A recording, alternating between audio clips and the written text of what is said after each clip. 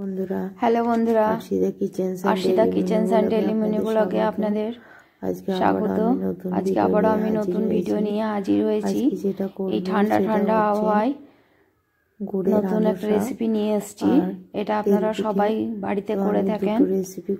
তো আজকে আমি নতুন করছি, তো দেখুন বা প্রথম করছি, গুড়গুলোকে কড়াইয়ে দিয়েছি। দেখি কি হয়। এটা হচ্ছে আজ একটু জল আখের গুড়ের আন্দোসা তৈরি করব। তা আখের গুড়ের আন্দোসা তৈরি করার জন্য প্রথমে আমি এখানে আখের গুড়টা নিয়ে নিয়েছি কড়াইয়ে। গুড়গুলো দেখুন, কড়াইয়ে নেওয়ার পরে এটা যখনই একটু জলে দিয়ে দেখব যে পেঁপে উঠেছে, হাতে চিটচিটা টাইপে চলে এসছে, তখন এখানে আমি আস্তে আস্তে চালের গুঁড়োগুলোকে দিয়ে দেব। জলে দিয়ে দেখে নিতে হবে যে গরম অবস্থাতেই দিয়ে দিচ্ছি। দেখুন, দেখবেন চিটটা চলে এসছে, তখনই আপনি আটা দিতে শুরু করবেন। এখানে আমি চালের আটা দিয়েছি। শীতের সময় এই জিনিসটা খেতে খুব ভালো লাগে, তার জন্য আমি আজকে একটু ট্রাই করলাম। চালের আটা আপনারা একসঙ্গে দেবেন না, অল্প অল্প করে দেবেন। আমি কোনোদিনই করিনি, অল্প করে দিচ্ছি, আজ প্রথম করছি, মিশাচ্ছি। দেখাই যাক কেমন হচ্ছে। আপনারা আমার সঙ্গে থাকুন এবং দেখতে থাকুন আমার নতুন রেসিপি।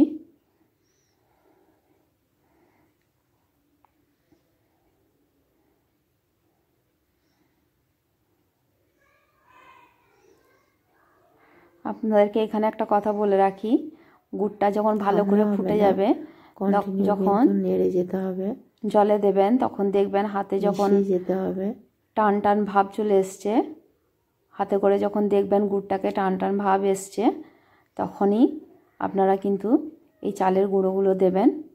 চালের গুঁড়ো আপনারা একসঙ্গে দেবেন না, অল্প অল্প করে দেবেন। তাই আমি এখানেও অল্প অল্প করে দিচ্ছি। গুড়ে যখন আঠালো ভাব আসবে, তখনই কিন্তু আপনারা এই চালের গুঁড়োটা দিয়ে দেবেন এবং একটু শক্ত শক্ত করে দেবেন। তাহলেই দেখবেন খুব সহজেই অনবরত নাড়তে থাকবেন, জিনিসটা হয়ে যাবে। আমি এখানে অনবরত নাড়ছি। আমি প্রথম করছি লাইভে, কেমন হবে জানি না, দেখি কেমন হচ্ছে। আপনারাও দেখতে থাকুন কেমন হচ্ছে।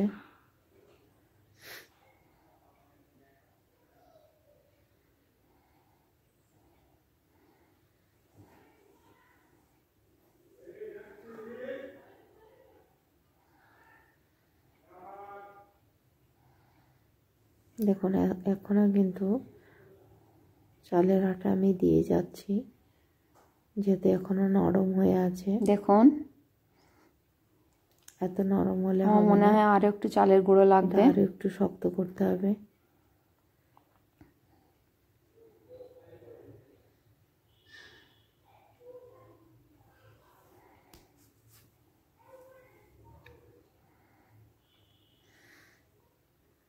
দেখুন, আমি আঙুলে করে দেখে নিচ্ছি হয়েছে কিনা, কিন্তু দেখলাম যে এখনো হয়নি। এখনো আমাকে চালের আটা দিতে হবে। আমি এখানে আরো চালের গুঁড়ো অ্যাড করলাম। তো এটা চালের আটা আমি মেশিনে কিন্তু কুটিনি, এখানে বাড়িতে মিক্সিতে আমি কুটে নিয়েছি এবং টাটকা আটাতেই করছি। চালের গুঁড়োটা মিক্সড হয়ে গেলে পারে আমি কিন্তু উপর থেকে আমি সাদা তেল দিয়ে দেবো, মানে কোনোদিন এর উপরে করিনি, আর আজকেও ভয়ে ভয়ে আমি টাটকা আটা দিয়ে করছি। যে আমি হালকা গরম অবস্থাতেই আমি প্রথম করছি, হাতে করে নেব আর শেপ দেব। হচ্ছে কিনা আমি এখানে গোল গোল শেপ দেবো, আপনাদের যেমন ইচ্ছা আপনারা সেরকম দিতে পারেন। আটা লাগবে, তাই আমি আবার দিলাম।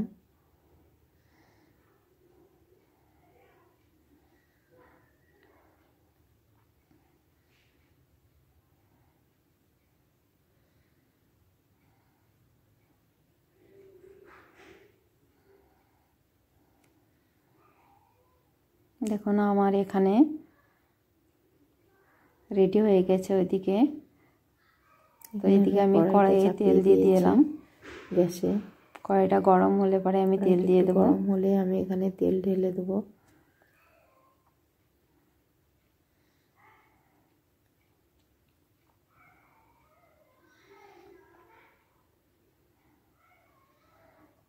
এখানে আমি সরষের তেল ব্যবহার করছি, আপনারা সাদা তেলেও করতে পারেন, কিন্তু বলে নাকি আন্দোসা সরষের তেলে করলে পরে স্বাদ আরও বেশি হয়, তাই আমি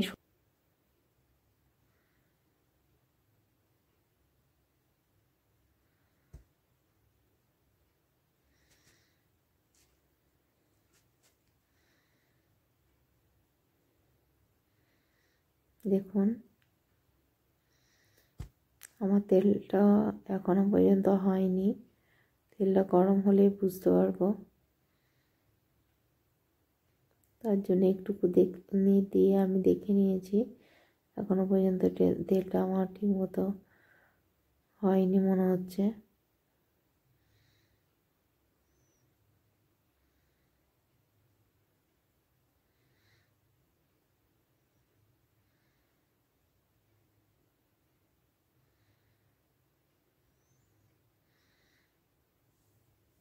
ওটা হয়ে যাওয়ার পরে আমি আবার নতুন করে এগুলোকে দিলাম। দেখুন কত সুন্দর করে উঠে আসছে।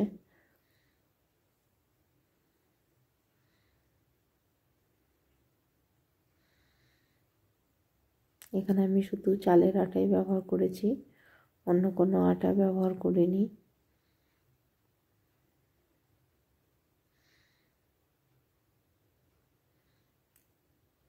আতপ চালের আটা,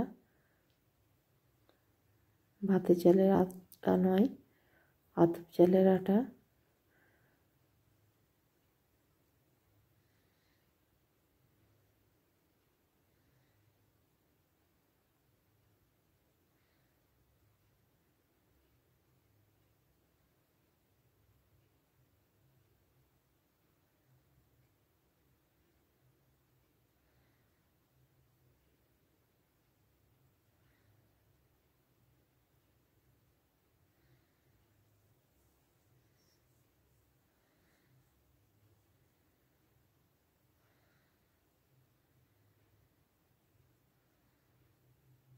দেখুন কত সুন্দর করে ফুলে উঠছে। ডোটাকে যতটা ফাটবেন ততটাই ফুলে উঠবে। ডোয়ে আমি আর কিছুই দিইনি, জাস্ট গুড় গরম করেছি, চিট ধরেছে, আটা ঢেলে দিয়েছি।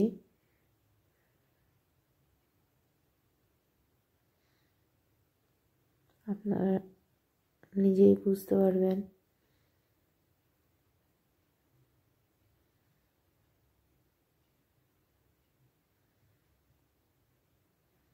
কিন্তু এটা আমার কাছে আগে খুব কঠিন লাগতো, কিন্তু আজকে যেহেতু করলাম আমার কাছে খুব সহজ লাগলো আজকে।